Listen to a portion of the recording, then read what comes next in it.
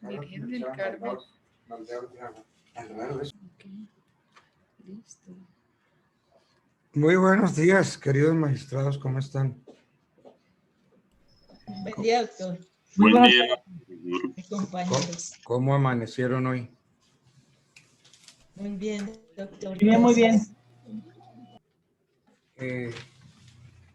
Hoy estaba leyendo tiempo y pues les sugiero que los lean porque hay un montón de cosas que nos interesan porque nosotros vamos a ser jueces, vamos a ser fiscales y por ahí la justicia está fallando, pero en grado sumo.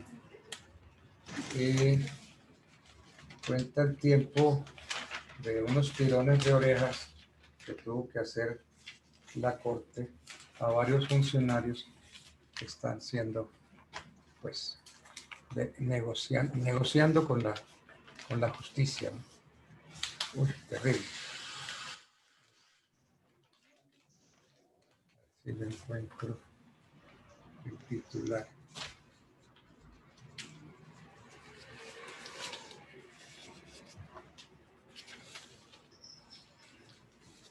Regaño de Cortes por procesos que beneficiaron a abusadores.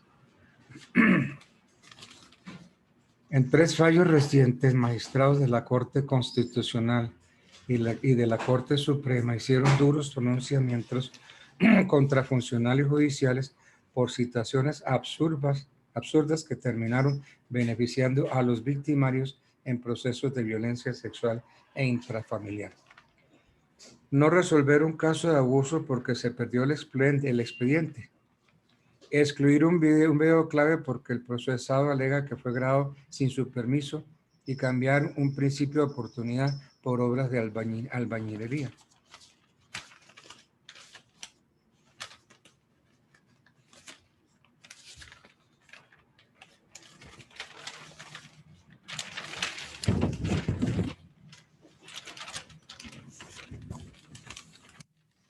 Y yo sí aprovecho la oportunidad, la última oportunidad de estar con ustedes, porque es que ustedes van a ser jueces fiscales.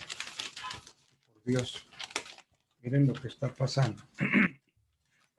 Un fiscal que hace un preacuerdo en el que la negociación con el victimario de una mujer consiste en hacer una obra en la casa del investigador.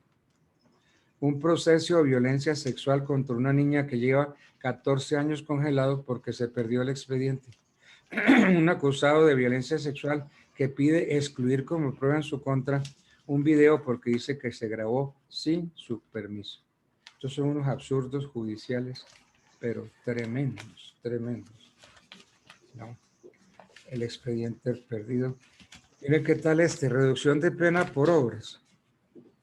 Cuando Jorge Daniel Ruiz Converse trabajaba como fiscal de la unidad del Centro de Atención a Víctimas de Violencia Intrafamiliar en Fusagasugá, recibió una demanda contra un hombre por el delito de violencia intrafamiliar contra su compañera permanente. En medio del proceso, dicen expedientes judiciales, Ruiz Converse indujo al acusado, quien era maestro de construcción, para que realizara gratuitamente unas obras y pusiera baldosas en su casa a cambio de concederle un principio de oportunidad a archivar el caso más adelante y no meterlo a la cárcel. Incluso le leyó el Código Penal y le dijo que se exponía a una pena de 8 años si no hacía la obra exigida. Ay, no, por Dios. Y así, busquen el tiempo y lean 13 absurdos judiciales en procesos de violencia sexual e intrafamiliar. Mejor dicho, dan ganas de apagar y salir corriendo. Pero hay una cosa que se llama esperanza y confianza. Yo tengo la esperanza, la confianza de que ustedes jamás incurrirán en estas conductas delictivas. Ese es lo que lo debe a uno distinguir, la honestidad en el ejercicio de la profesión. Yo estoy convencido que ustedes no van a incurrir en nada de eso. Habrá pendejaditas que cometan por ahí en el desarrollo de un cargo, pero cosas sin importancia. Bueno, nosotros seguimos con el tema que veníamos, ¿cierto? Porque creo que no lo hemos agotado. Entre otras, ya todos están bien de notas, o hay alguno que falte, o alguno que tenga algún problema de notas. Y yo creo que es el momento para decirlo, y si no, que calle para siempre. Oigo voces.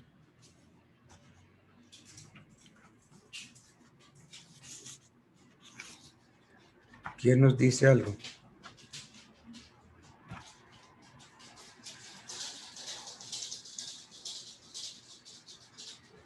No oigo.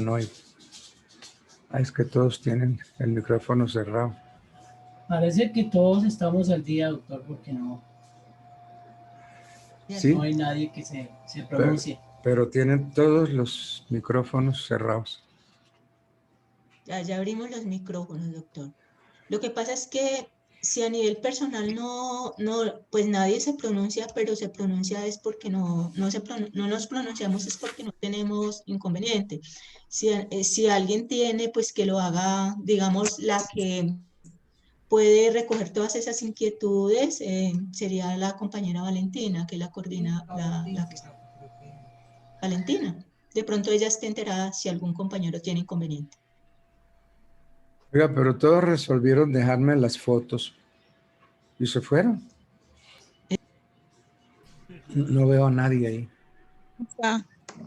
Nadie. Todos me Buenos días. dejaron unas fotos muy lindas. Buenos días, doctor, ¿cómo le va? Diana Lucero, José Luis Castellanos, Esmilda Mosquera, Buenos días, doctor. Aquí estoy. Villafañe, Buenos días, doctor. Esmilda, aquí está presente, doctor. Natalia, Gracias. Ana Edith Zapata, que es una foto muy linda, muy bonita. ¿Dónde estará Ana Edith? Valentina López, que es mi mano derecha. Albert Rojas, una foto así Acá estoy. con gasa. William Freddy, mi buen amigo William Freddy, y estudiante curioso, inquieto. Gabriel querido Mo, doctor. Vanessa Márquez, Laura Villa, Ida Lo que le Boldrón. están diciendo es que prenda la cámara, doctor, no que salga la B del buitrago. Sí, correcto. ¿Cómo así? Pues en canciones. Eso es lo que necesitaban, un regaño. Bien. No está usted, propiedad Ángela María. Bueno, entonces nos queda este resto de clase y ya la otra, la final sería el 3. Pero ya para el 3 ya yo he subido notas, o sea que hoy yo subo notas, arreglo todo lo que tengo que arreglar. Y entonces la oportunidad procesal para arreglar algo es hoy. Ya el 3 ya no. Bueno. Doctor, buenos días. Una pregunta. Sí, señor. Creo que le entendí que usted ya sube nota con las dos que tiene. ¿Te doy mi nota qué? ¿Las notas que usted sube son las dos que ha tomado? Sí, señor. Ok, perfecto. Esas son. Y que yo creo que ya todos saben cuál es su nota. Aquí está. Bueno, claro, excluyendo, según me informaron ustedes, que de esa lista 22 alumnos no son de ese curso de ustedes. De modo que, pero se han puesto a pensar que ya ustedes dentro de poquito tienen ese diploma en la mano y que con el diploma ustedes pueden ir al consejo a pedir la tarjeta profesional, que no necesitan presentar como los que vienen detrás un examen de estado. No sé, ustedes son, no sé, beneficiados, protegidos de todos los dioses. Bueno,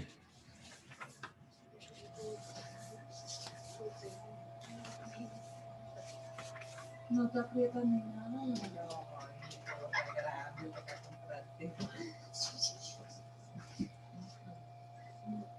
dentro de los temas que, digamos, faltarían por ver, pues el derecho no se acaba, ¿no? La materia no se acaba. Podría ser la partición de bienes. Sí, la partición de bienes.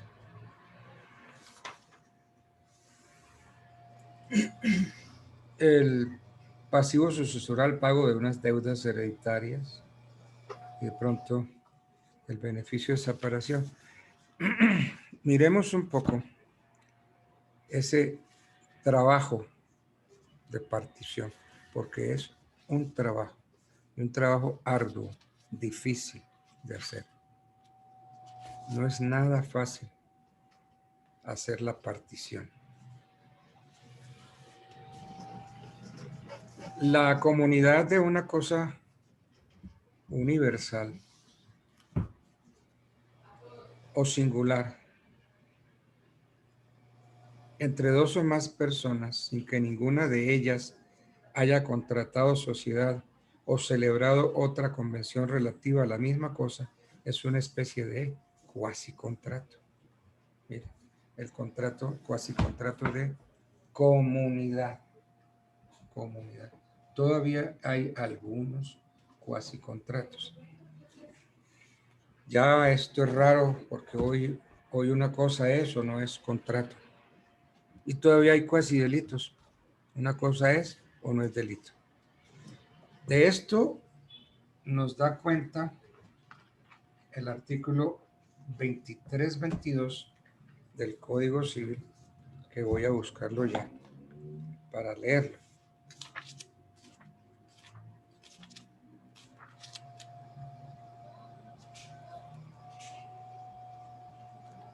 Del cuasicontrato de comunidad, ¿sí ven?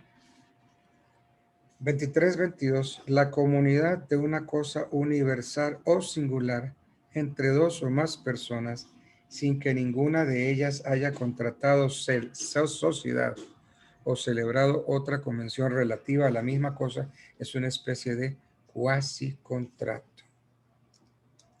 Entonces, la comunidad, no hay duda, el código la desarrolla como un cuasicontrato. Entonces, ¿la comunidad qué es? Es el derecho que tienen dos o más personas sobre una cosa universal o singular. Según el artículo 1374 del Código Civil, 1374, ninguno de los coasignatarios de una cosa universal o singular será obligado a permanecer en la indivisión. La partición del objeto asignado podrá siempre pedirse. ¿Sí? Nadie está obligado a permanecer en indivisión.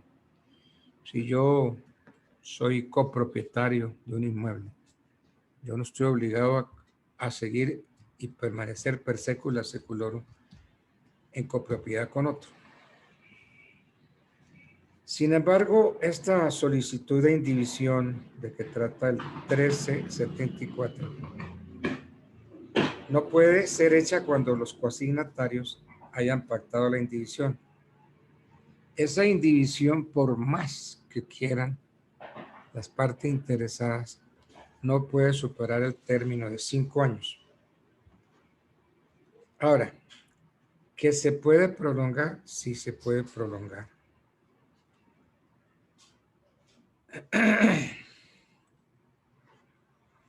¿Será que en un testamento se le puede imponer a los herederos permanecer en indivisión? Parece que no.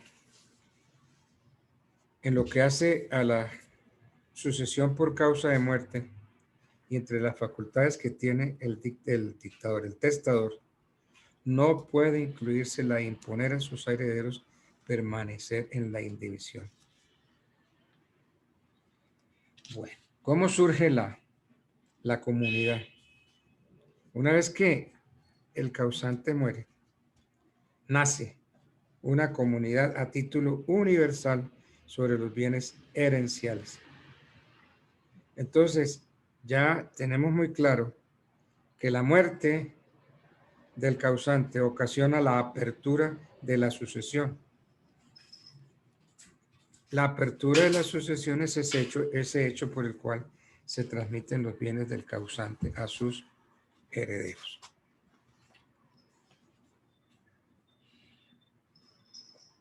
Ahora, ¿esos herederos están obligados a permanecer en comunidad? No, eso ya lo habían resuelto los romanos. En el derecho romano existía una acción, se llamó la actio familiae erciscunde. Esa actio familiae erciscunde la tenía el heredero para solicitar la división del patrimonio en el que estaba indiviso.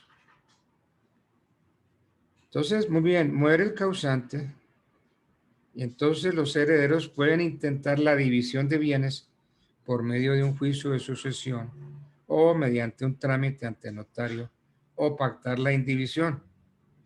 Todo esto lo faculta la ley. Pero se advierte, no puede estipularse proindivisión por más de 5 años. Más de 5 años. Artículo 1374 del Código Civil. Busquemos, miremos el 1374 del Código Civil. 1374. Ninguno de los coasignatarios de una cosa universal o singular será obligado a permanecer en la indivisión. La partición del objeto asignado podrá siempre pedirse, con tal que los coasignatarios no hayan estipulado lo contrario. No puede estipularse proindivisión por más de 5 años. ¿Sí ven? Entonces, el término máximo en que puede una persona permanecer o pretenden que permanezca en división es 5 años.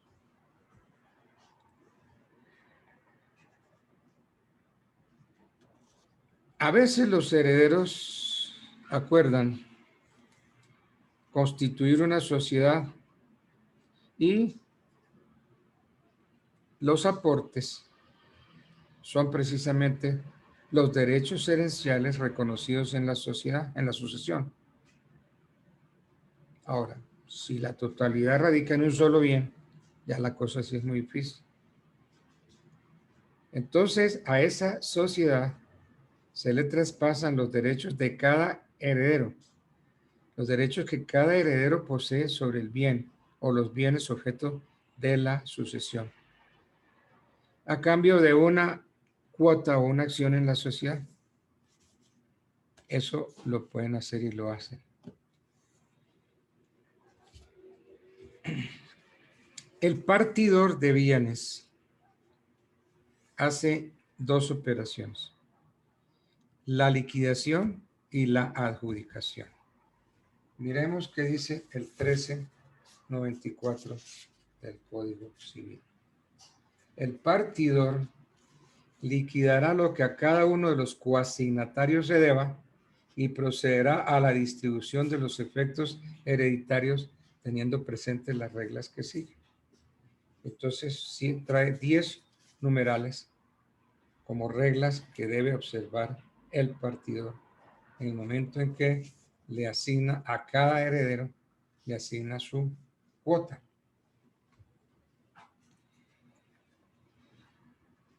Entonces, se liquida, hay liquidación y adjudicación. La liquidación no solamente es ver y precisar lo que se debe a cada heredero, lo que se debe a terceros, sino también la verificación de los créditos y las deudas. Entonces, y también las deudas que se deban entre sí los coasignatarios. Ahora bien, como nadie está obligado a permanecer en indivisión,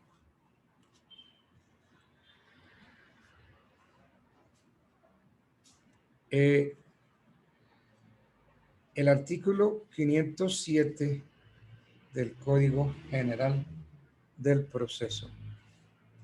Vamos a mirar aquí. El Código General del Proceso.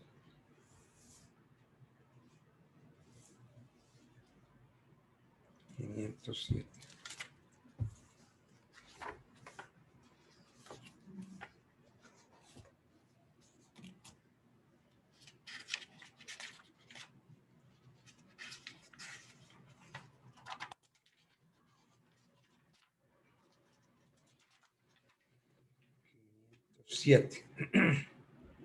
Decreto de partición y designación de partidor. 507 del Código General del Proceso. En la demanda de apertura del proceso de sucesión se entiende incluida la solicitud de partición, siempre que esté legitimado para pedirla quien lo haya promovido.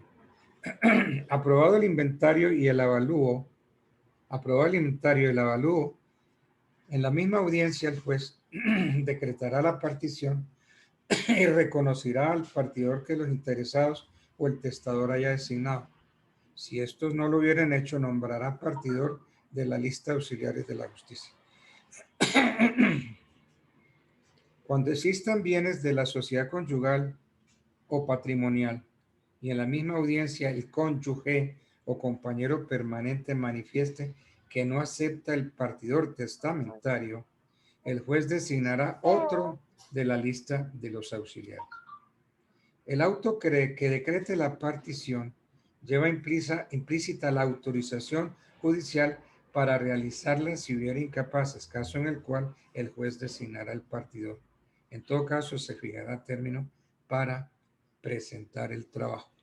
Los interesados podrán hacer la partición por sí mismos o por conducto de sus apoderados judiciales si lo solicitan en la misma audiencia, aunque existan incapaces.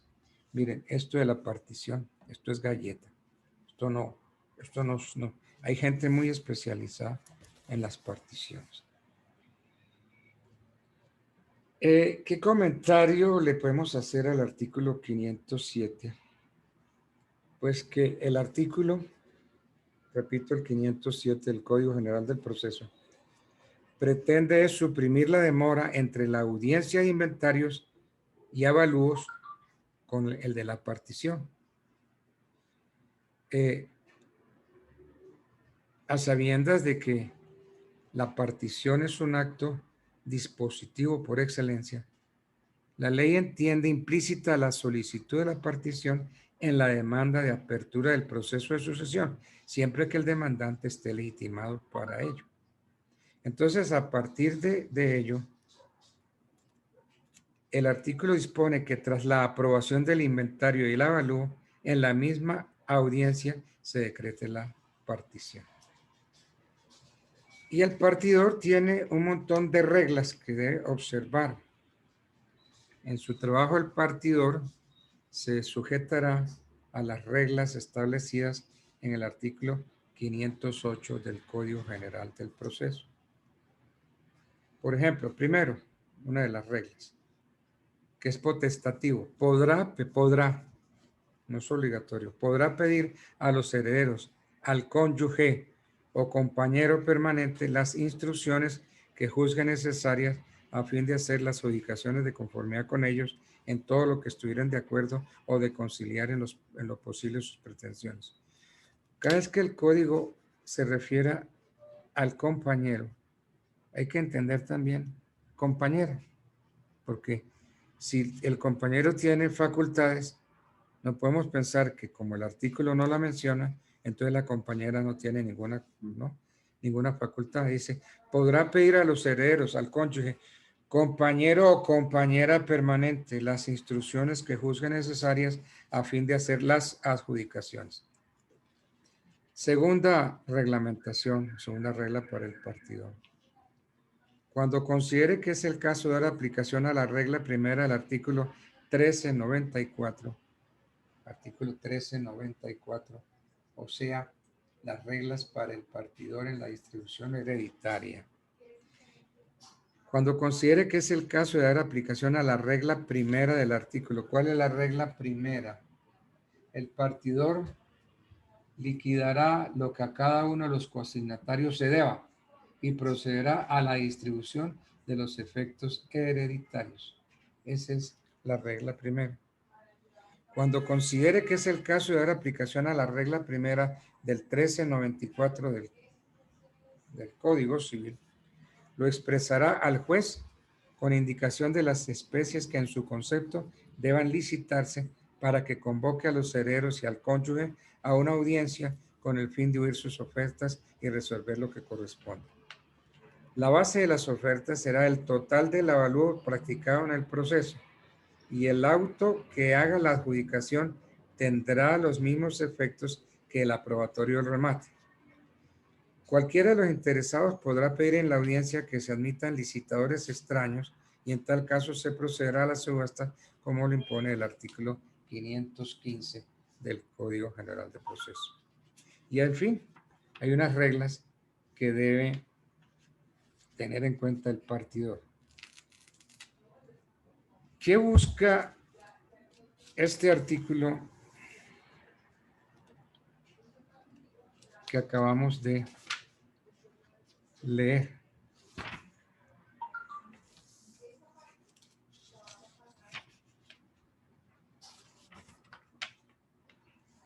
Reglas para el partidor. Pues que todas las disposiciones, que todo lo que haga el partidor tiene que tener un respaldo increíble. Porque es que puede, por ejemplo, pedir la venta de determinados bienes en pública subasta. Pero hay un requerimiento a los herederos y al cónyuge para que ellos resuelvan lo que el partidor está proponiendo, vender en pública subasta los bienes o en una bolsa de valores. En fin, están muy claras las reglas para el partidor.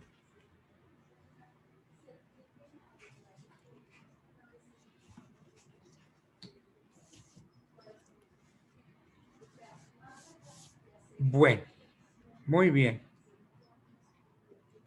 El partidor presenta la partición.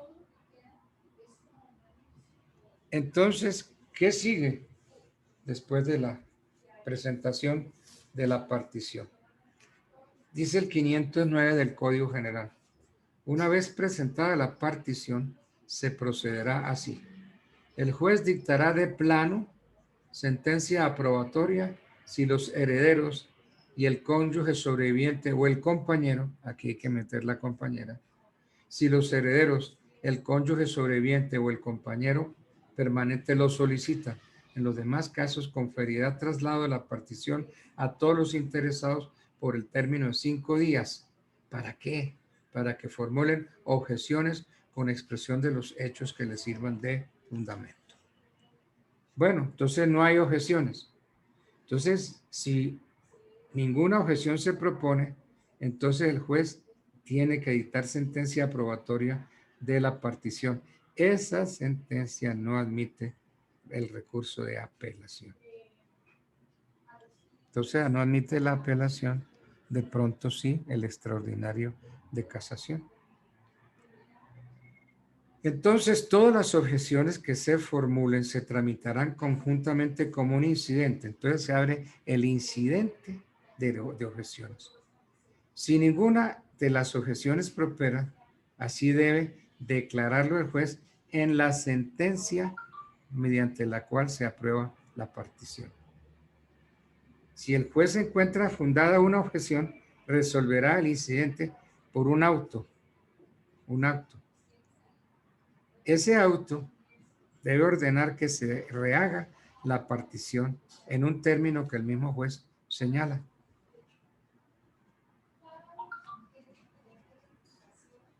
Quinto, háyanse o no propuesto objeciones, el juez ordenará que la partición se rehaga cuando no esté conforme a derecho y el cónyuge o compañero permanente o alguno de los herederos fuera incapaz o estuviera ausente y carezca de autorizado.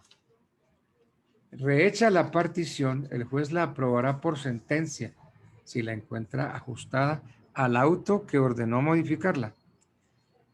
Entonces, se hace la partición de conformidad con el auto que la modificó y entonces el juez dicta sentencia aprobando la partición. Séptimo, la sentencia que verse sobre bienes sometidos a registro será inscrita. Lo mismo que las hijuelas en las oficinas respectivas en copia que se agregará luego al expediente. La sentencia que verse sobre bienes sometidos a registro será inscrita. ¿Por qué hay que hacer eso? ¿Por qué? Porque es que existe una oficina que se llama Oficina de Registro de Instrumentos Públicos. La sentencia hay que protocolizarla en una notaría. Es decir, la sentencia la volvemos escritura pública. Se presentó, dice el notario, en la fecha que presentó el doctor fulano, tal identificado, quien exhibe la sentencia tal, de fecha tal, proferida por el juez tal, mediante tal, Entonces, una vez que la sentencia se guarde en el protocolo de la notaría, el notario expide una escritura pública. Esa escritura pública es la que se va a registrar. No hagan el oso como hacen muchos, que llegan a registrar la sentencia. Y entonces, allá le dice mi amigo, ¿pero y qué? ¿Dónde está la escritura pública? ¿Ya la protocolizó? No, no lo he hecho antes. Vaya, hágalo, vaya, protocolice y que el notario lea escritura. Cuando tenga la escritura pública, venga. ¿Sí? Eso pasa. Entonces, la partición, dice la parte final del séptimo, y la sentencia que la aprueba serán protocolizadas en una notaría del lugar que el juez determine, de lo cual se hará constancia en el expediente. Entonces, el juez dice, protocolícese en una notaría de Bogotá. Entonces, ¿qué es eso? Protocolizar significa guardar en la memoria de la notaría. ¿Y la notaría qué guarda? Copia de las escrituras públicas confeccionadas en la notaría. Bueno.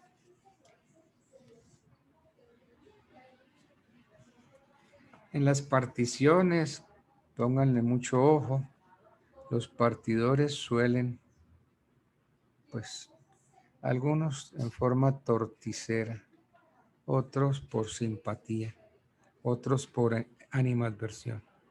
Le hacen adjudicaciones de bienes, el más cagao al que les cae gordo y el más lindo, más gordito para la o él que tiene folios conmigo. Eso es humano, pero no se debe hacer. Entonces,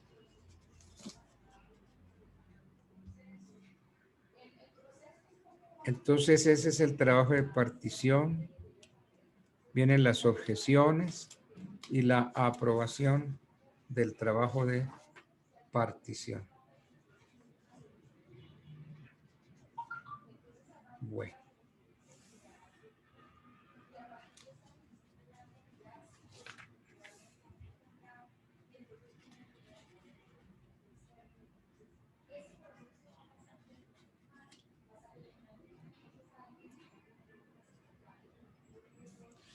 Muchas veces sucede que el heredero o el asignatario o coasignatario vende con anticipación o cede su cuota a un extraño.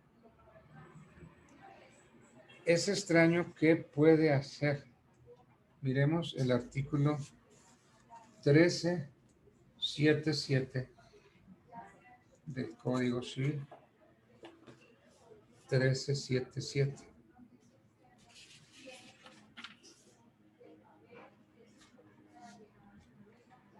Si un coasignatario vende o cede su cuota a un extraño, tendrá este igual derecho que el vendedor o cedente para pedir la partición e intervenir en ella. Entonces, si un coasignatario vende a un extraño, ese extraño ocupa el puesto inmediatamente del heredero porque le vendió, le cedió. Y entonces ese puede intervenir en la partición, más aún puede pedir la partición y además intervenir en la partición. Entonces,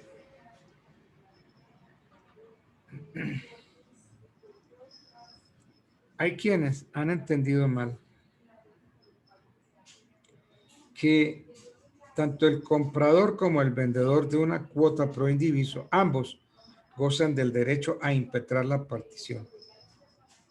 No, eso es una interpretación errónea. Es que algunos dicen, es que mire que el 1377 dice, tendrá este igual derecho que el vendedor o cedente. Tendrá este igual derecho que el vendedor o cedente para pedir la partición. Eso es leer mal, interpretar mal. Sí, el vendedor tiene derecho para pedir la partición. Puede intervenir en la partición, pero una vez que vende, le traspasa todos sus derechos a ese tercero que compra. Entonces, si entendiéramos de otra forma, podría traer un problemita. Por ejemplo, uno quiere permanecer en la indivisión y el otro no. Entonces aquí llegaríamos a reconocer derechos que emanan de la comunidad a dos personas sobre una misma cosa. Terrible, terrible esto. ¿Por qué? Por una errónea interpretación del artículo 1377.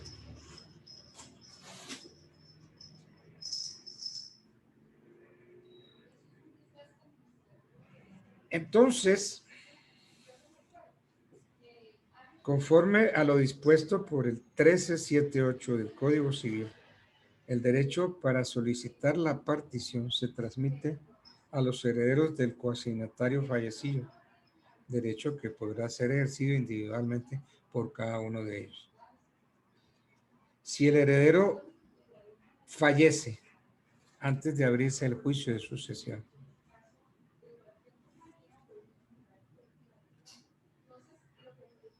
se da origen al ejercicio del derecho de transmisión y se procede a la transmisión. Entonces, para ejercer ese derecho de partición,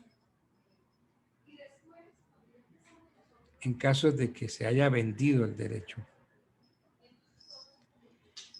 tenemos que tener en cuenta que primero debió haberse aceptado la herencia del causante, porque con ella se transmite el derecho.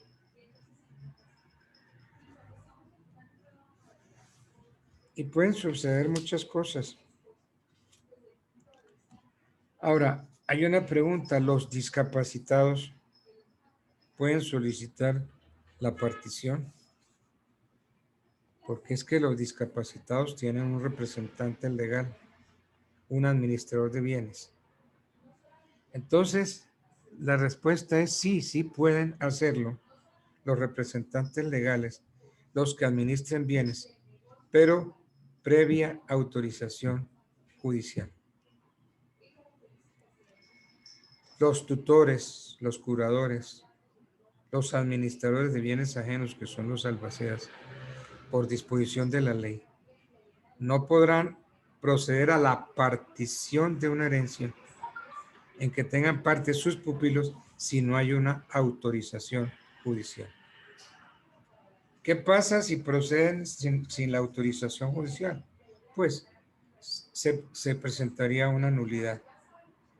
Nulidad no absoluta, una nulidad relativa que es saneable por las personas en cuyo favor se establecieron las medidas protectoras de sus intereses patrimoniales. ¿Dónde dice o cuál sería el sustento para afirmar que da pie a una nulidad relativa? El 1379, Código Civil.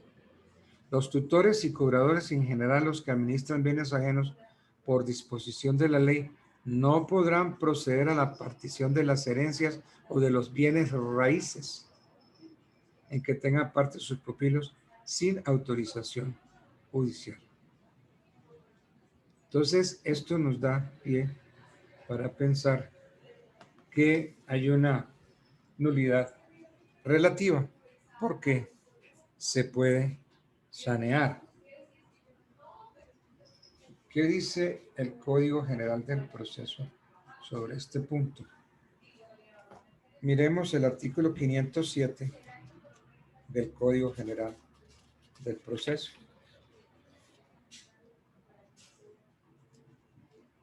En la demanda de apertura del proceso de sucesión, se entiende incluida la solicitud de partición siempre que esté legitimado para pedirla a quien lo haya promovido. Aprobado el inventario y avalúo el juez en la misma audiencia, decretará la partición y reconocerá al partidor que los interesados o el testador hayan designado. El auto, porque eso dice, el auto que decrete la partición lleva implícita la autorización judicial para realizarla si hubiera incapaces, caso en el cual el juez designa el partidor.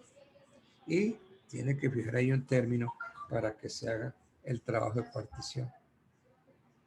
Los interesados podrán hacer la partición por sí mismos o por conducto de sus apoderados judiciales. ¿Sí ven? Entonces, si se trata de unos discapacitados, pueden solicitar la partición, pero a través de representantes. ¿Sí? Los interesados podrán hacer partición por sí mismos o por conducto de sus apoderados judiciales si lo solicitan en la misma audiencia, aunque existan incapaces. Entonces, sí pueden pedir, solicitar directamente la partición. Claro que a través de un abogado, a través de un representante, a través de un tutor, un curador, que siempre será un abogado. Y si no hay autorización judicial, pues hay una nulidad relativa saneable por las personas en cuyo favor se establecen esas medidas protectoras. Ahora, ¿quiénes pueden llevar la partición? Volvamos al 507.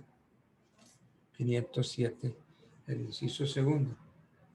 Aprobado el inventario y avalúo, el juez en la misma audiencia decretará la partición y reconocerá al partidor que los interesados o el testador hayan designado.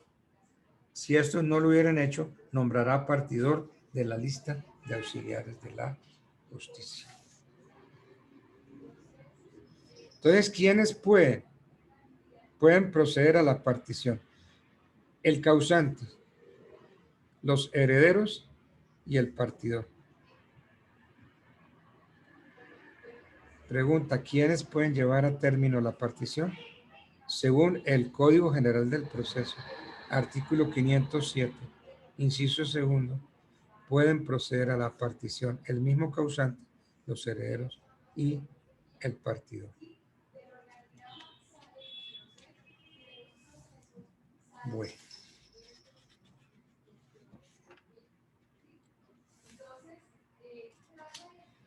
¿Cómo se designa el partidor?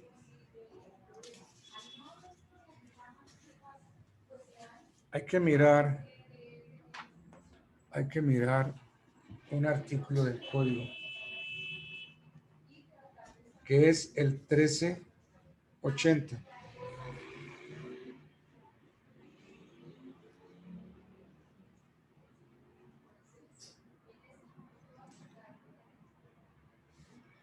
El 1380 dice, no podrá ser partidor sino en los casos expresamente exceptuados el que fuere albacea o coasignatario de la cosa cuya partición se trata.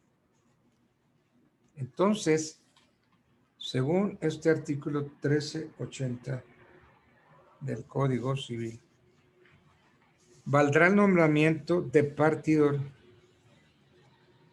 que el difunto haya hecho.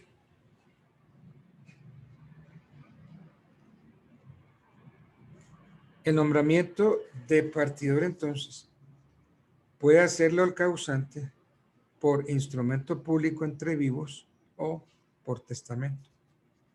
Entonces, volvemos otra vez. Hay que hacer una escritura pública.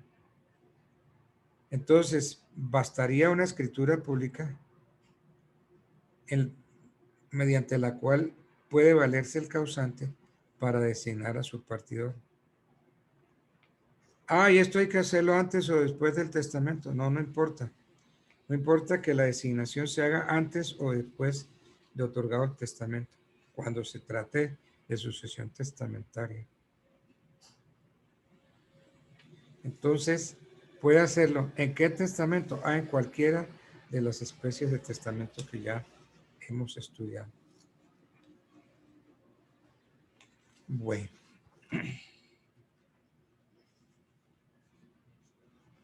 ¿Qué requisitos se necesitan para ser partidor?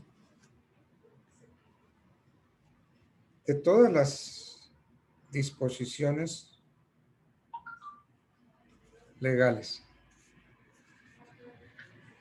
se concluye que los partidores deben ser personas naturales, plenamente capaces. Aquí tenemos que acordarnos que tienen que ser abogados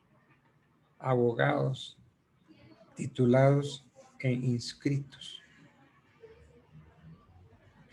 Esto de titulados e inscritos me hace recordar cómo era el asunto antes, que fue una de las primeritas cosas que yo hice cuando me titulé de abogado. Abogado titulado e inscrito. Siempre en los juzgados, en los procesos, fulano de tal exhibió su tarjeta profesional, abogado titulado e inscrito, portador de la tarjeta profesional tal. Uno llegaba al juzgado con unas estampillas de 2 pesos y le decía al secretario, señor secretario, por favor me acerca el libro de inscripción. Sí, y le sacaba el libro. Y ahí tenía más o menos un procedimiento.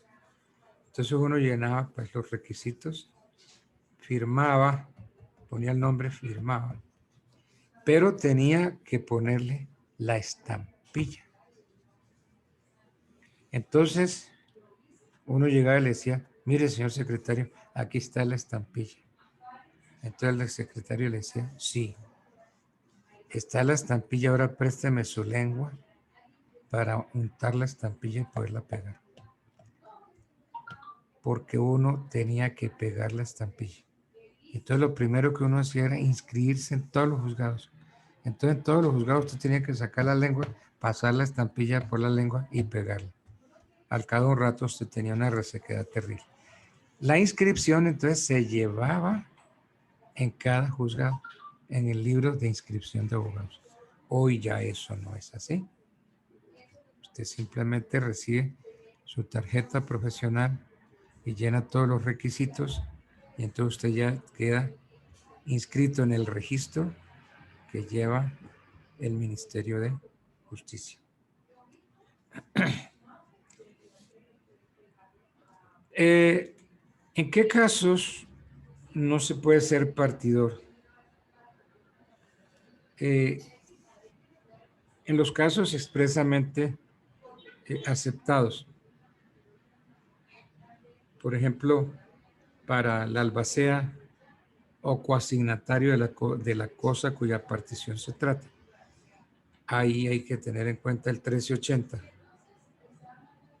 Según el artículo 3º de la ley 794 del año 2000 sobre auxiliares de la justicia, si la designación del partidor corresponde al juez o magistrado, se tiene que hacer escogiendo dentro de la lista oficial de auxiliares y colaboradores de la justicia. Entonces, ¿quiénes no pueden ser auxiliares de la justicia y por ende partidores? No pueden ser auxiliares de la justicia quienes por sentencia ejecutorial hayan sido declarados responsables de cualquier delito o contravención de carácter penal. Quienes hayan rendido un dictamen pericial y contra ese dictamen pericial prosperó unas objeciones por dolo, por error grave o por cohecho. Aquellos que, como secuestre, liquidadores o curadores con administración de bienes, no hayan rendido cuenta de su gestión, no hayan cubierto el saldo a su cargo o no hayan reintegrado los bienes que se le confieren, que se le han conferido o confiaron, y que hayan utilizado todo esto en provecho propio o en provecho de tercero. También si se les haya responsable de una administración negligente. Quienes no hayan cumplido a cabalidad el encargo de curador ad litem. Mire, esto es una cosa que lamentablemente ocurre. Cuando un demandado no tiene cómo nombrar abogado, entonces se acude y se protege en el amparo de pobreza. Entonces le manifiesta al juez que no tiene dinero para contratar un abogado. Entonces el juez le nombra un curador ad litem, un curador para el proceso. Proceso se dice litigio. Un curador ad litem, un curador para la litis, para el proceso. Entonces esos curadores, como son nombrados oficiosamente, se posesionan. Y usted los ve el día de la posesión y más nunca vuelve a saber de ellos. No vuelve a haber una actuación de ese curador ad litem durante todo el proceso. Y antes, pues por lo menos había alguna posibilidad de obligar al curador a trabajar.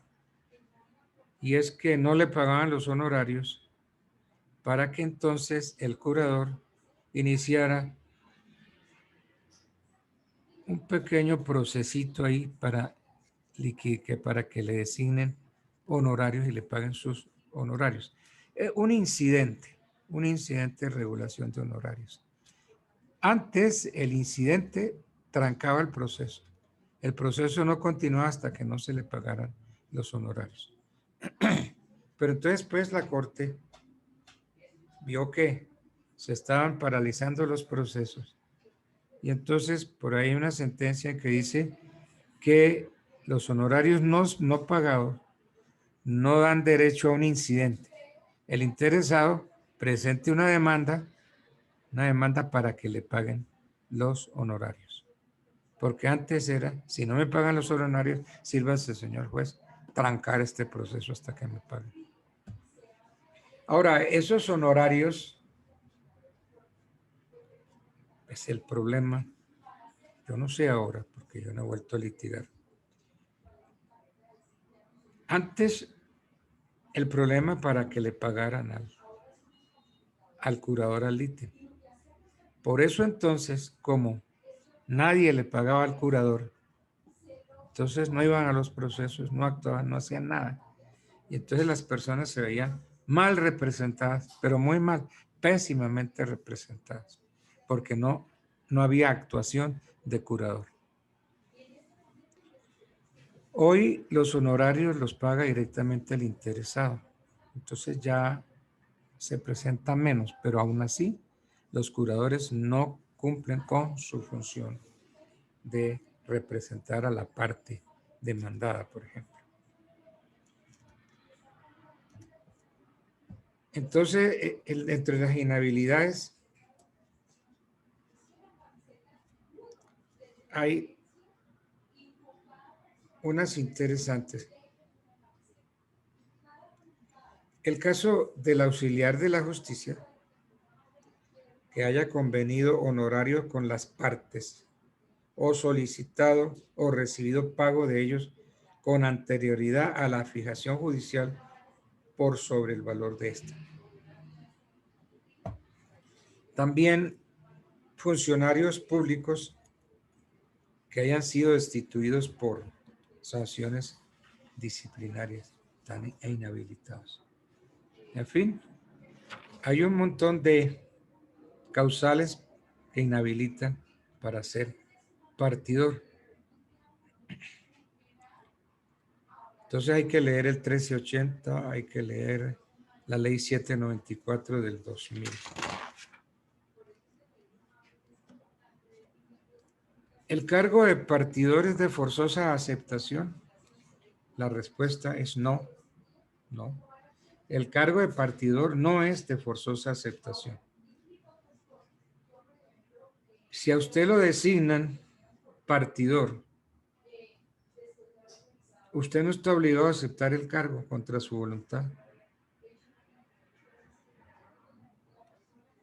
Pero la cosa cambia si a usted lo designaron en un testamento y no aceptó el cargo, no acepta el cargo, sin pues probar que hay inconveniente. Si usted no lo acepta, se hace indigno de suceder al causante. Por eso entonces, el partidor que acepta lo debe declarar claramente que sí acepta y jura desempeñar su cargo con la debida fidelidad y en el menor tiempo posible. Aquí hay un término que no se cumple. ¿Para qué uno? ¿Para qué insiste uno? Gabriela, Dígame. El término para efectuar la partición es de un año. Un año que se cuenta a partir del día en que aceptó el cargo. Este plazo no puede ser ampliado por nadie. Hay un procedimiento. El juez podrá prudencialmente fijar el término para efectuar la partición. Pero miren, hay sucesiones en que el partidor lleva 1 año, 2 años, 3 años sin haber hecho el trabajo de partición. Bueno. ¿Qué responsabilidad tiene el partidor? El partidor tiene las mismas responsabilidades que tiene el albacea, es decir, responde hasta por culpa leve, según el 1386. La responsabilidad del partidor se extiende hasta la culpa leve y en el caso de prevaricación declarada por el juez competente, además de estar sujeto a la indemnización del perjuicio y a las penas legales que correspondan al delito, se constituirá indigno conforme a lo dispuesto para los ejecutores de últimas voluntades en el artículo 1357. Entonces, muy bien, comete el delito de prevaricato y lo pueden meter a la cárcel. Entonces responde hasta de la culpa leve. Es una cosa muy curiosa. En ese artículo que yo le llamo el culpódromo. Creo que es el artículo 60 y algo, 63, 66, 63. La ley distingue tres especies de culpa o descuido: culpa grave, negligencia grave, culpa latezona. Culpa leve, descuido leve, descuido ligero. Y viene culpa o descuido legítimo o descuido levísimo. La más grave de todas es esta, la culpa o descuido levísimo. Es más grave todavía que la culpa grave, que la culpa leve. Culpa o descuido levísimo, dice el 63. Es la falta de aquella esmerada diligencia que un hombre juicioso emplea en la administración de sus negocios importantes. Esta especie de culpa se opone a la suma diligencia de cuidado. El dolo consiste en la intención positiva de ingerir injuria a la persona o propiedad de otra. Entonces, la culpa es esa conducta contraria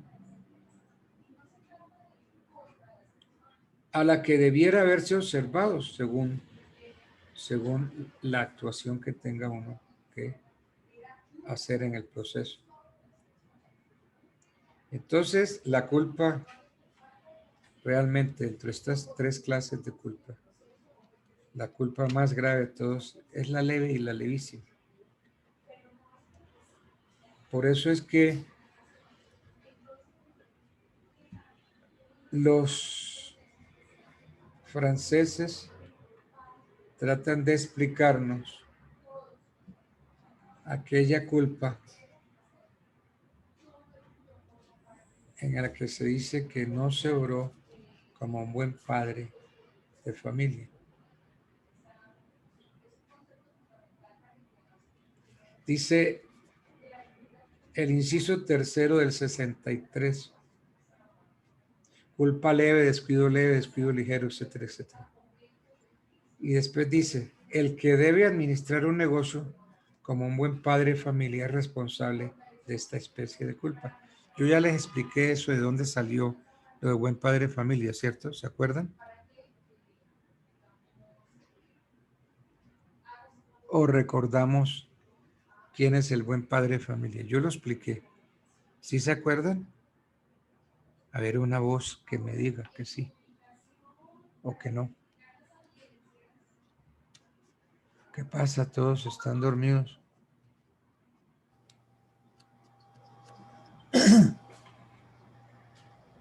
¿Quién va a hablar? Uy, es que todos están dormidos. Todos me dejaron la foto y se fueron. Claro, hay que irse temprano para Girardot. Escuchándolo atentamente, doctor, la única que se va del grupo temprano es Ángela, doctor, que ya tiene que coger rumbo a Melgar. Es la única que sale temprano.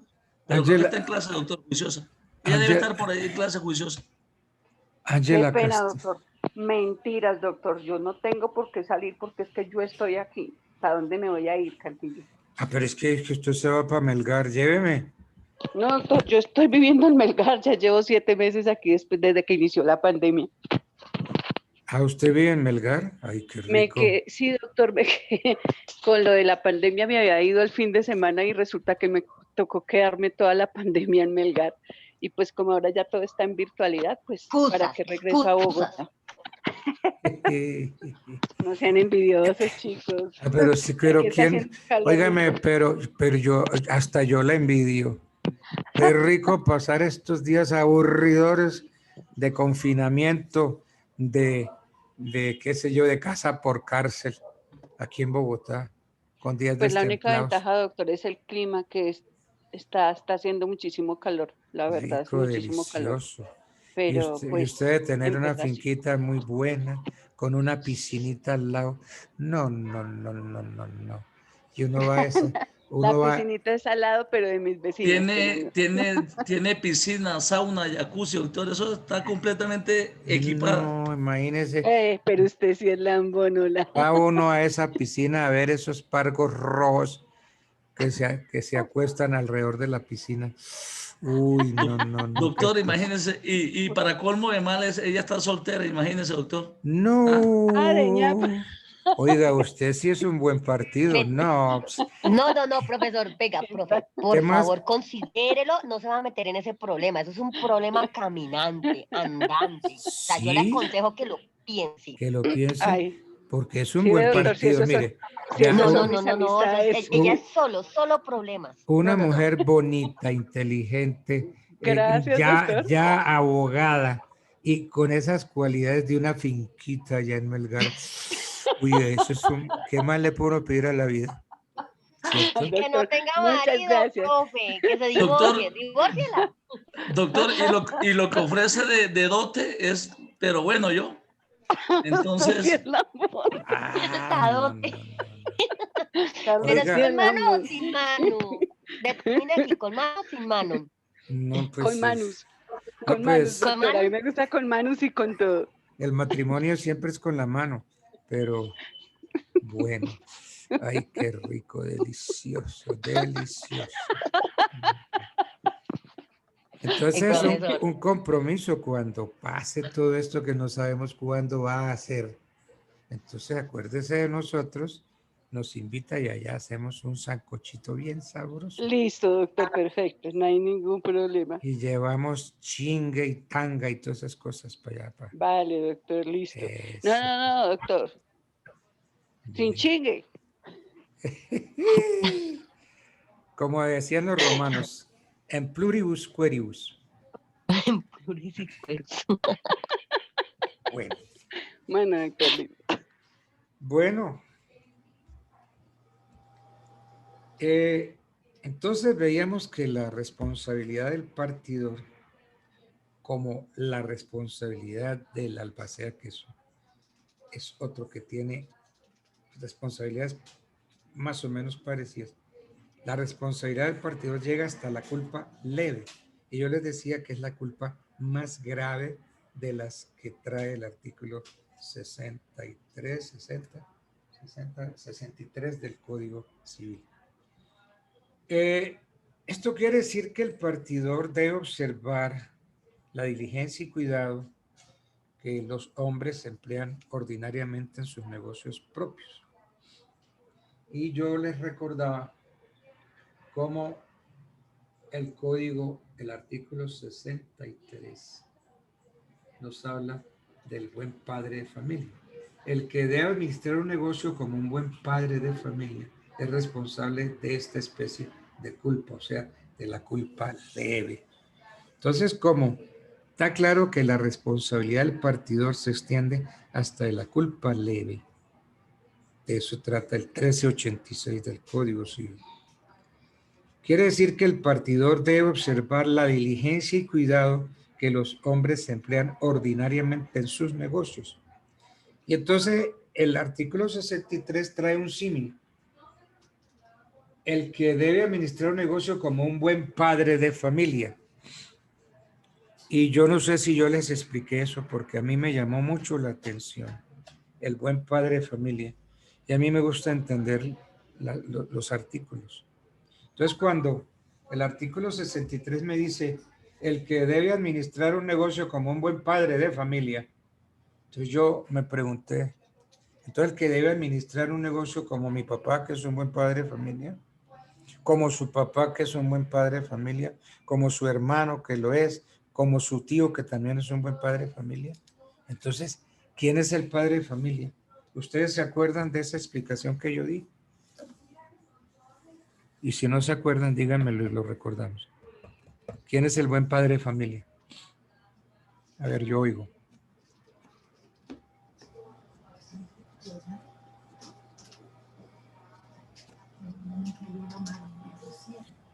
Oiga, pero ¿por qué? Vamos a ver si están despiertos o ya están en Girardot o en Cartagena. Carolina Castro, ¿tú qué opinas?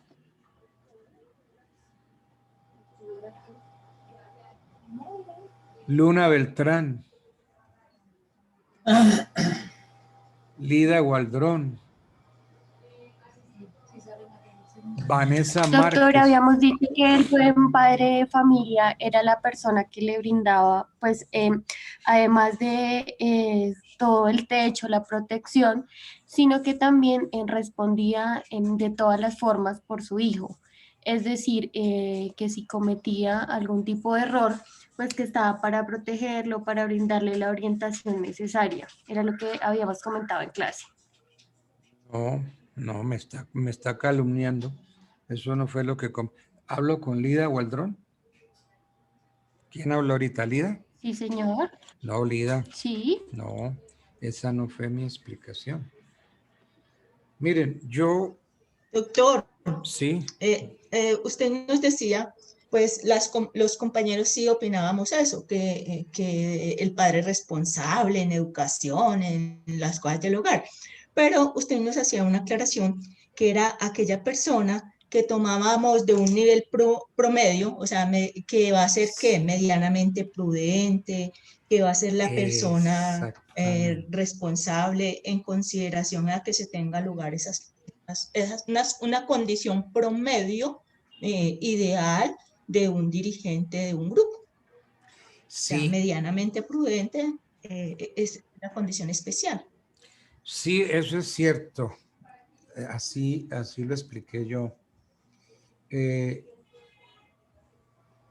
Yo me puse a buscar en su oportunidad quién había tratado el tema del buen padre de familia. No lo encontré. Pero un buen día, revisando el tomo 4 de las obligaciones de los masón, el libro de Tunk Masón, encontré el buen padre de familia. Los franceses, especialmente los masón, dicen que el buen padre de familia es esa persona que usted explicó ahorita, esa persona normal, común y corriente que se encuentra en el pueblo, cualquier tipo de persona de esas. Traiga a esa persona, colóquela en el mismo caso, modo, tiempo y condición. Colóquela en el problema que estamos estudiando. Entonces esa persona traída, digámosle, esa persona, ese siervo de la gleba, traído y puesto en estas condiciones, debe portarse medianamente prudente, medianamente negligente. Es decir, debe portarse como se comportaría un buen padre de familia. ¿Ve? Ese es el buen padre de familia. Pero para encontrar eso, yo les digo que lo busqué y lo busqué y lo busqué. Miren, no lo busquen, no lo encuentran, búsquenlo en los masón. Yo no les cobro nada por esa chiva. Los hermanos masón hablan del buen padre de familia. ¿Por qué? Porque también se encuentra esto en el Código Civil francés de Napoleón. ¿Código de qué año? 1804. Bueno. Entonces la responsabilidad llega hasta la culpa leve, que es la más grave de todas. ¿Se le van a mandar eso al señor o se lo van a mandar por internet? No, si incurre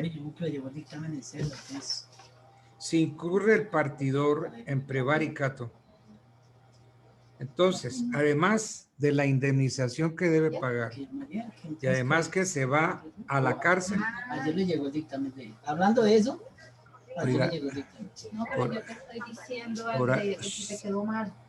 Ahí estoy oyendo que el dictamen... Compañero Wilson Sánchez, por favor, cierra el micrófono, si es tan amable. No lo envié. Eso fue que le pedí el computador prestado anoche para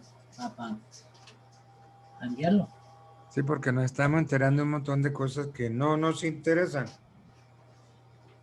Entonces, en caso de prevaricato, claro, un prevaricato declarado por el juez. Entonces, el partidor tiene que indemnizar y se va para la cárcel. Entonces, ¿en qué consiste la prevaricación de que habla el Código Civil en su artículo 1386? La prevaricación consiste, en términos generales, en la falta dolosa o culposa cometida por el funcionario. Entonces, por dolo o culpa, dolo o culpa. Entonces, ese indigno, que es así declarado en prevaricato, responde no solamente por la indemnización, sino que comete el delito y se va para la cárcel.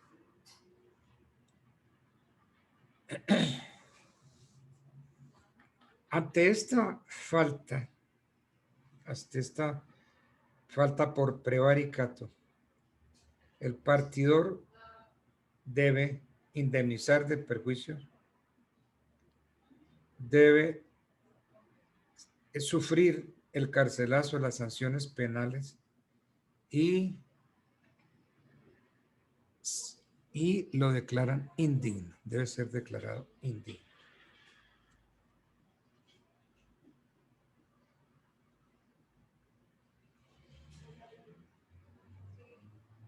Leamos el artículo 765 del Código Civil. Ahí hay una observación interesante para hacer.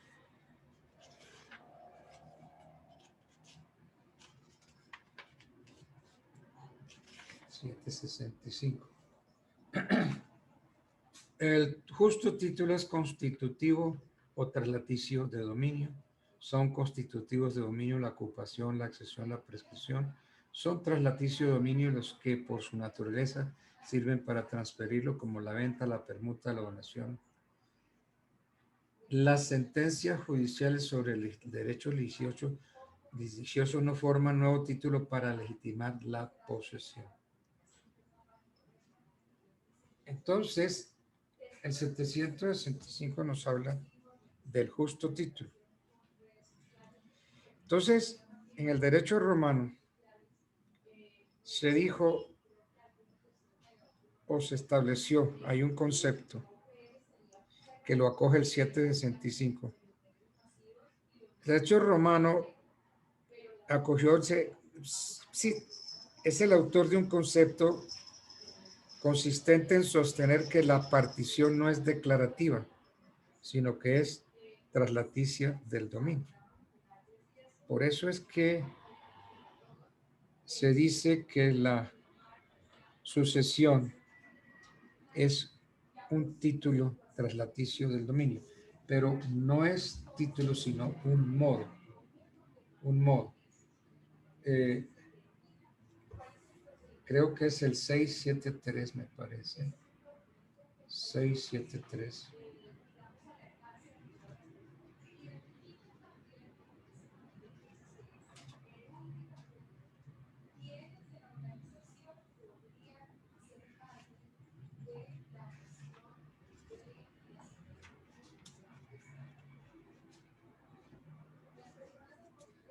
Dice el 673 del Código Civil, los modos de adquirir el dominio son la ocupación, la accesión, la tradición, la sucesión por causa de muerte.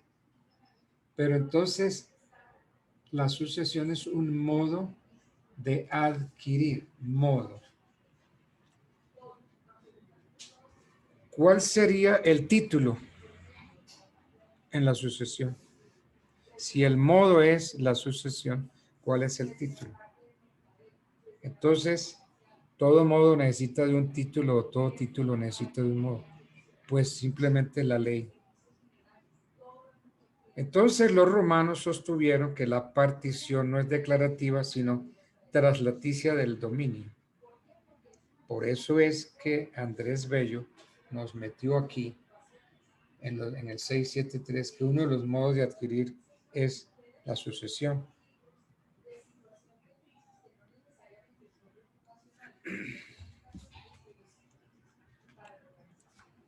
Pero, ¿qué tengo yo que decir de esto, acerca de esto? La partición de bienes, que es el tema que nos está... Pero antes de eso, yo les dije que los romanos sostuvieron que la partición no es declarativa, sino traslaticia del derecho de dominio. Entonces yo tengo que decir que la partición de bienes no confiere por sí mismo, por sí solo el dominio. ¿Por qué? Las hijuelas carecerían de efecto traslaticio cuando simplemente la partición lo que es declarativa. Por ejemplo, si se confecciona la partición, se reputa que cada signatario ha sucedido inmediata y exclusivamente al difunto y no haber tenido jamás parte en otros bienes de la sucesión. Entonces,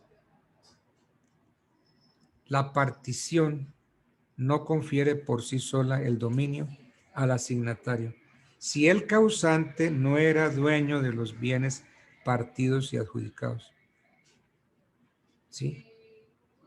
Si al hacer la partición el causante no es dueño, pues no puede transferir derechos. Entonces, por eso la partición de bienes no confiere por sí mismo el dominio. Pues traslada el dominio si el causante es dueño de los bienes. Entonces, si no es dueño, las hijuelas carecen de efecto traslaticio.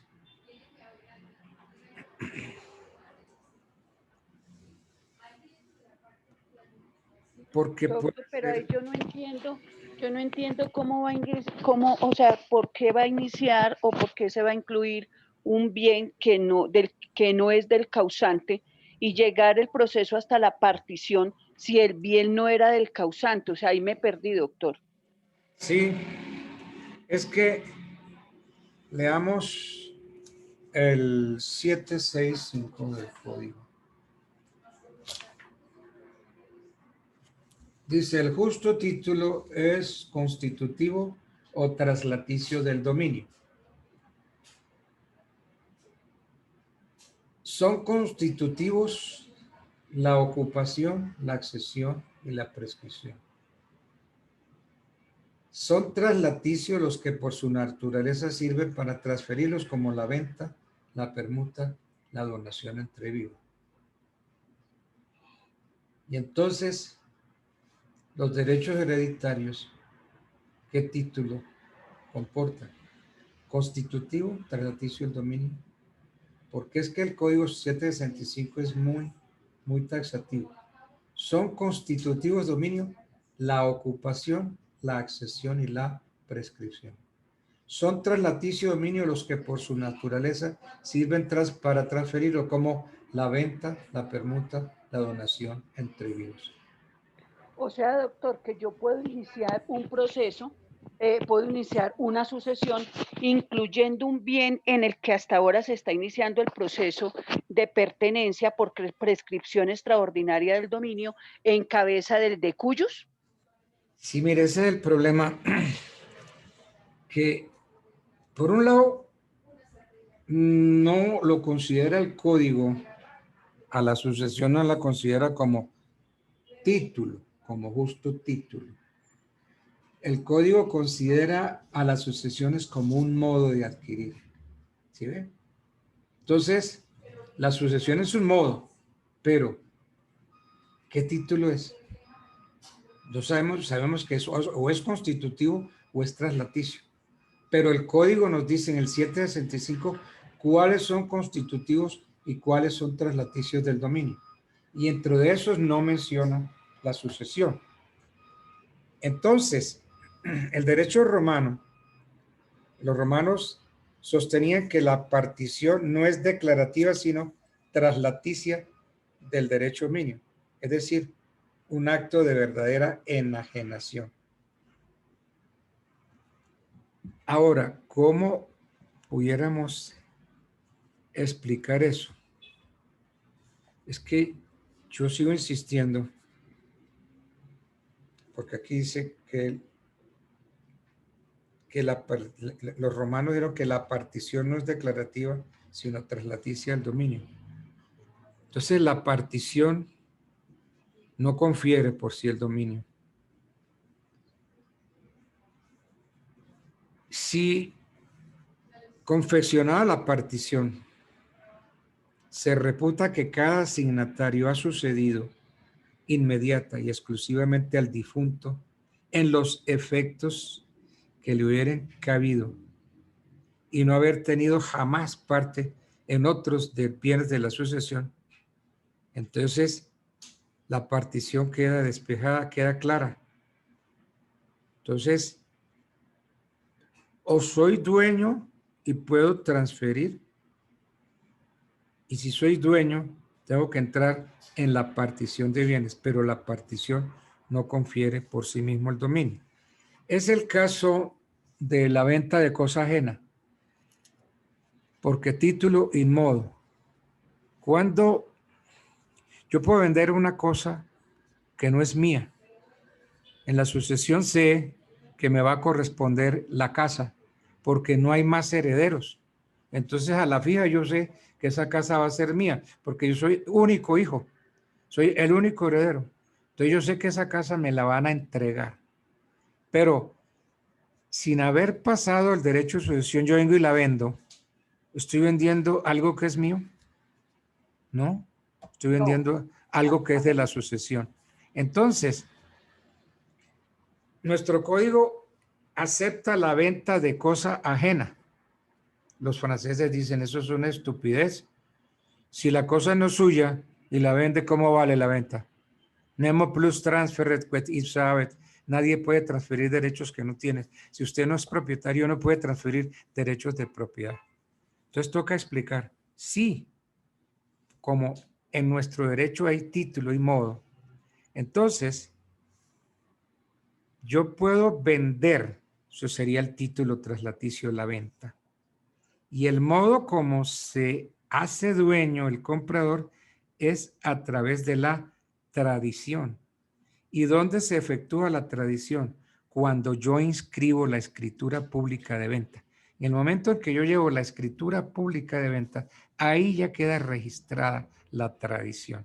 Entonces, si en la partición de bienes entran bienes que no se sabe si son o no son del causante, no podemos pensar con los romanos que la partición confiere por sí solo el dominio. No, porque habría que esperar al momento en que se verifica la tradición. La tradición es aquel hecho mediante el cual el tradente transfiere sus derechos al adquirente. Esa es la tradición. Entonces, yo digo que la partición de bienes no confiere por sí el dominio.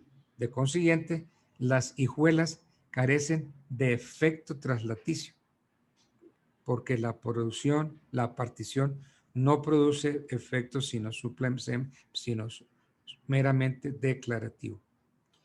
Entonces, aquí tenemos un problema.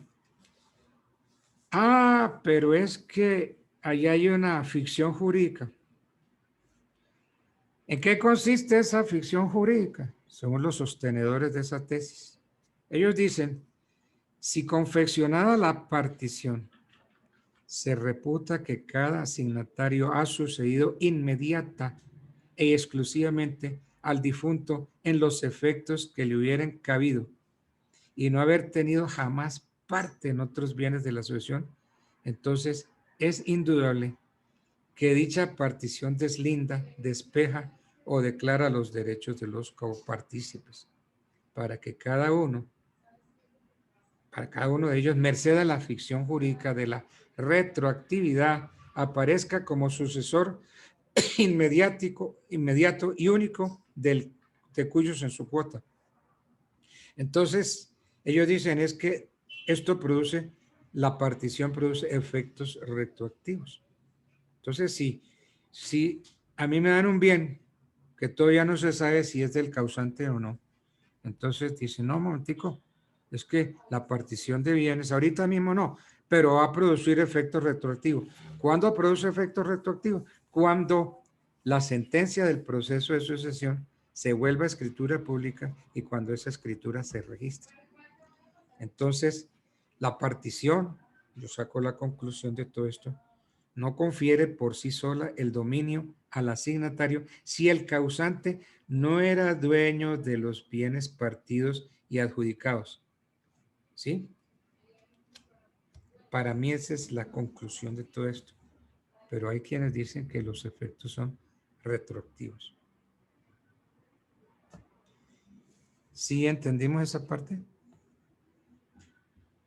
¿O fue muy pesada de digerir?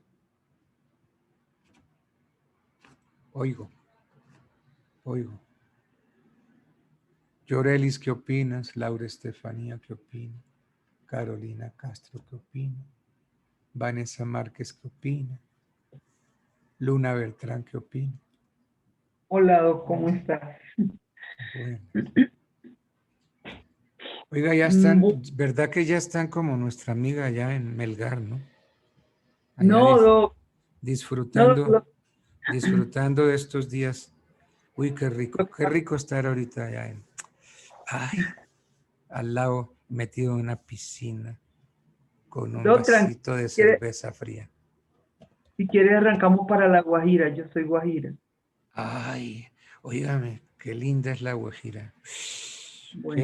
Qué hermosura es esa tierra, qué cosa tan bella es la Guajira. Te digo como dice el disco, cuando quieras quiero. Ay, muchas gracias, muy lindo. ¿Y qué parte de La Guajira?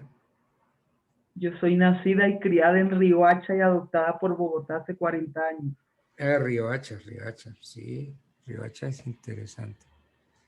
Oiga, y allá se come la mejor langosta del mundo. Allá sí, señor. En La Guajira preparan unos mariscos, unos pescaditos y la langosta. Qué delicia de langosta. Deliciosa. Aunque Sí, la última vez que yo estuve en Riohacha, me tocó salir corriendo a esconderme y a coger un avión rápido para Bogotá. ¿Violaste una guaya? Porque es que resulta que yo era vicepresidente auxiliar jurídico del Banco de Colombia. Y entonces tuve que parar unos sobregiros que se estaban presentando. Un carrusel de sobregiros. Y yo le metí el palo en la rueda y se trancaron todos los sobregiros.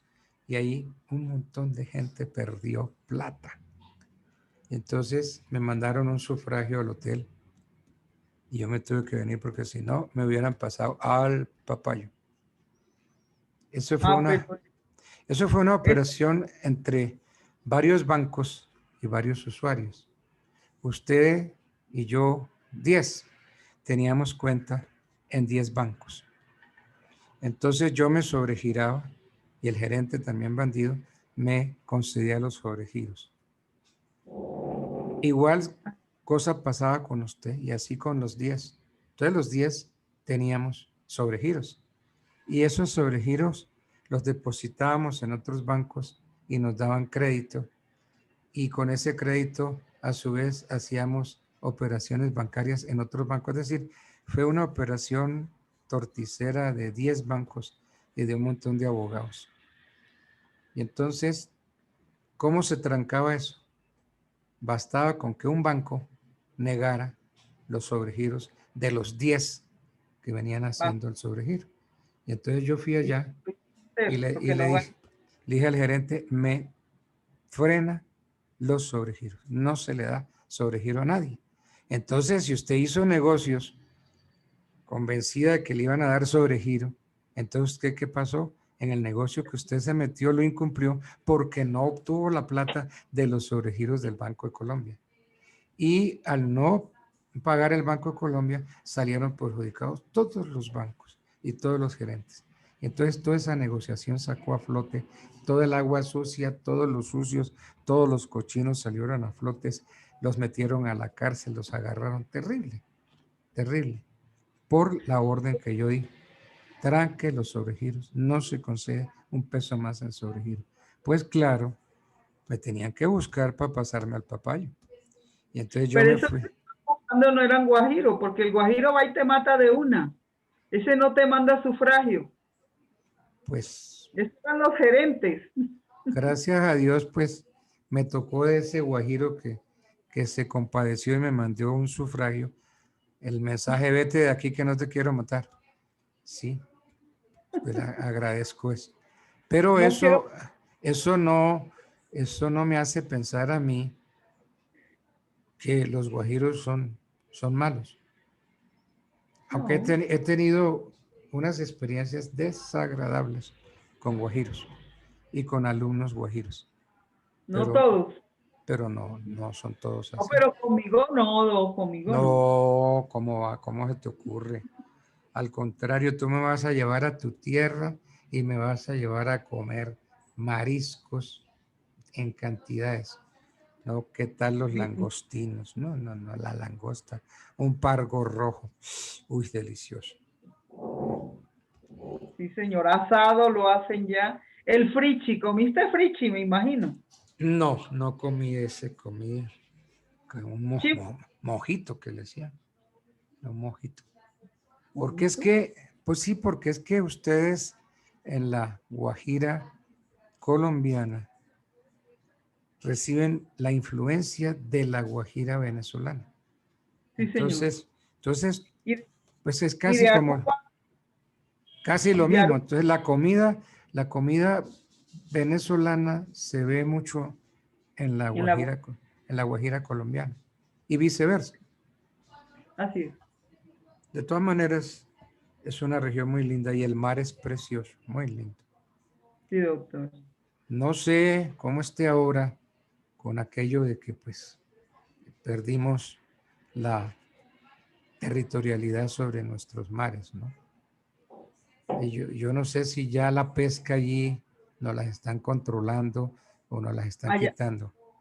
en La Guajira y en Santa Marta no afectó para nada, al contrario, están promoviendo nuevos proyectos pesqueros y tecnificando esas áreas. Ayer de casualidad vi una en la noticia en la televisión, Sí. un programa al respecto. Al contrario, están fortaleciendo esa área. La Guajira, Santa Marta, desde el Cabo de la Vela, desde donde inicia, ¿no? En el pico. Sí están se fortaleciendo y organizando. Sí se ven buques, navíos de la Armada colombiana patrullando los mares de Colombia arriba, en la Guajira. Alta Sí, sí se ven barcos, sí. sí. A veces llegan ahí a la orilla de la primera, ¿conociste? Ahí al pie del Banco de la República, en la primera, llegan los barcos muy distante porque tú sabes que no tienen la suficiente profundidad dentro del mar para llegar a buques grandes. No pero puede. sí llegan. Sí, no, los buques de gran calado no entran. Pero que sí estén Es más, patrullando. ¿Sí? Sí, pues yo sé que en la Alta Guajira se da, sí. Y están profundizando, tienen un proyecto nuevo de la profundización del mar en Portete, porque hay barcos que no tienen acceso porque no hay la suficiente profundización dentro del mar para que lleguen barcos más grandes. Y inclusive están sacando en este momento verduras y hortalizas para Panamá y Aruba, desde Portete, desde Bahía Portete. De Bahía Portete. Sí, señor. Por ahí están promoviendo ese tipo de cosas. ¿Cuál es Más que todo plátano. ¿Cuál es el puerto natural de La Guajira? Un puerto. Bahía Portete. Bahía Portete. Hay ese. ¿Y cuál es el puerto que declararon Puerto Bolívar? Es el mismo. Creo que ahorita está Puerto Brisa, el límite con Santa Marta también, que está entre Dibuya y Santa Marta, también están promoviendo un nuevo puerto. Pero esa área, la verdad, no la conozco todavía. No, pero ya hay un puerto. Sobre el proyecto, sí. Hay un puerto que bautizaron Puerto Bolívar. Se llama Puerto Bolívar. Puerto Bolívar es Bahía Portete, arriba más arriba entre Manaure y Uribia. Ya. Pues sabe que ese es un delito. Es que la Guajira es extensa en cuanto al mar. No, pero claro. ¿Sabe que ese es un delito que cometieron los guajiros bautizando o poniéndole a ese puerto natural el nombre de Puerto Bolívar? Resulta que los guajiros tienen un héroe propio, nacional, el almirante José Prudencio Padilla Guajiro. Entonces Sí, lo señor. lógico era que le hubieran rendido homenaje a Padilla poniéndole como nombre a ese puerto. En vez de ponerle Puerto Bolívar, póngale Puerto Padilla. Ese es un delito grande. Uy, imperdonable en ustedes los guajiros que hayan dejado a los políticos estos ponerle a ese puerto Puerto Bolívar. ¿Sí? Ellos hacen lo que le da la gana, Doc. Bueno, en todo caso, ya estamos citados. Me van a llevar a La Guajira. Rico. Cuenta con esto y es en serio, es en serio. Allá tienes que ir hoy con nativos porque los venezolanos hacen de la suya. Te digo nativo con una persona que sea de allá y conozca por dónde meterse, a dónde llegar. Si no me cuelgan. Es que hay muchas mafias en las vías, allá está fregada la cosa. O sea que ya no puede uno llegar allá en carretera así como lo hacía antes. Sí, ahorita acabaron de venir unos amigos que se fueron en 2 vehículos y fueron hasta Manaure, Uribia, pero pues cuando mis amigos me llaman, yo lo ubico con personas conocidas. Por ejemplo, tengo una amiga que es de Manaure y ella viene hasta Riohacha, lo recoge y les hace el recorrido, o sea, los acompaña con el fin de que si los paran, vean que van con personas de allá. Eso tampoco te da la seguridad que no atraquen. Ya. Bueno. Sí se Pero daña. vamos. No, vamos. ¿Quién dijo miedo? Ya tengo 2 invitaciones a Melgar y la otra para La Guajira. Qué rico. Para La Guajira. Rico.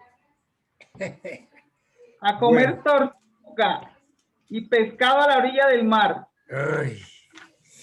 Uy, no. Uy, no hablemos más. Bueno, el partidor, pues, tiene que tener unos honorarios, ¿cierto?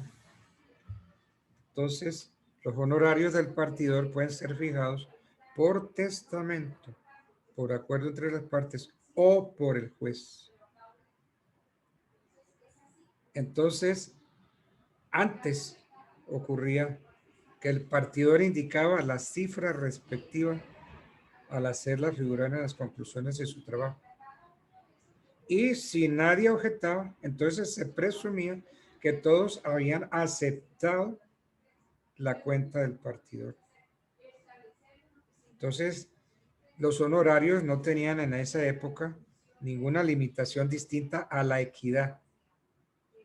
Ya después fue cuando en el 69 se estableció una tabla de honorarios y se fijó como límite la suma de 30,000 pesos. Aunque esa plata no la pagan, es decir, 30,000 pesos no. Esos son los honorarios que ponga el partidor. Entonces, el juez fija honorarios también, pero con una tabla. Pero ¿cuál es esa tabla? Esa tabla hoy no está actualizada. De modo que los honorarios, es decir, finalmente es el arbitrio del juez. ¿Dentro de qué rango pueden oscilar los honorarios del partidor? Entre el 0.1% y el 1.5% del valor total de los bienes objetos de la partición. De modo que si es una partición cuantiosa, hay que pensar que hay que pagarle al partidor el 1.5%, imagínense, del valor total de los bienes objeto de la partición. Pero hay un límite que no lo cumplen, y es de que en ningún caso los honorarios deben superar el equivalente a 40 salarios mínimos legales mensuales vigentes. Eso está en la ley. El acuerdo 1852 del 2003, pero la verdad es que eso no lo cumple nadie. Bueno, entonces ha sido un placer haber estado con ustedes. Ya no nos queda sino el martes 3 de noviembre De todas maneras, pues no nos despedimos hoy, nos despedimos el 3 y hablaremos de algunas cositas finales y nos despediremos como corresponde despedirnos entre amigos. Un placer saludarlos hoy. Que descansen este buen fin de semana. Aunque ya yo sé que Carolina Castro está en Cartagena y que Vanessa también está. No se diga, Luna Beltrán, ella debe estar, no sé si en Santa Marta, no, en otros estarán en Girardot. Anaísa. No, yo soy más rola que la changua. A mí no me vaya a meter en el cuento que yo estoy aquí. No, yo sé que tú estás aquí, tú eres muy juiciosa. Yo estoy aquí con ustedes. Por ejemplo, Estoy en Anaí mis Zapata, clases. yo no sé dónde anda Anaí Zapata. Yo Pues tengo- soy yo, profe, la que te estoy hablando. Andrés, anda en San Andrés. Ay, sí, San Andrés, con todo lo que tengo que hacer. San Andrés. Allá me voy con usted, profe. Ay, otra invitación. Qué bueno, Benza. Uy. Puede ser que ¿Qué va a hacer usted? ¿Qué va a hacer? pues que el cuerpo aguante. Es lo único. Ay, no.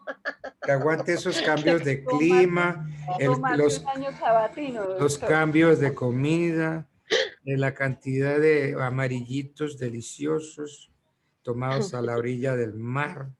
No. Sí, a mí no me metan esos cuentos. Con un ¿yo? pargo servido en esas hojas, en fin, mejor dicho, no pensé. No, mire que lo que usted hablaba con la señora Llorelis es verdad. Allá en La Guajira se come delicioso todo lo que usted quiera, comida de mar. Hacen Delicioso. esa langosta a la guayú. Delicioso. Qué pecado con los animalitos, pero es que son tan ricos, Dios mío. Sí, pobrecito, los echan vivos. ¿Qué me dice de la ensalada de raya? No, esa qué sí no la he pecado. probado, esa no la he probado yo. Súper recomendado. Y sí, es verdad, el friche tiene que probarlo. Lo guisan en leche de coco y queda muy rico. Porque como a mí me gusta comer tanto, pues yo llego a comer. Pero claro, porque Ella traga y a mí me hace ¿a qué daño, más doctor. llegas? ¿A qué más llegas? Dormir y comer y tomar unos buenos traguitos, delicioso. Eso es Y la cosa ya es irse para el puerto de Riohacha por la noche a escuchar buena música, fogata a la orilla de la playa. No, oye, usted sí no tiene imaginación. O mire, no, ¿para qué nos? No, vamos a cambiar Bogotá. Clima frío, helado, con aguaceros prefijados, ¿no? Y sale uno y en la esquina lo atracan o lo matan para quitarle la bicicleta. Voy a cambiar eso por esa tranquilidad que usted me habla. No. Ay, no, delicioso. No. No, Bueno. si están allá, qué chévere. Bueno, un abrazo, ¿no? Me place saludarlos. Entonces, hasta luego, profe. nos vemos, si Dios quiere, el martes. Gracias, doctor. Buen día. Que descansen igualmente. Gracias. Hasta luego, profe.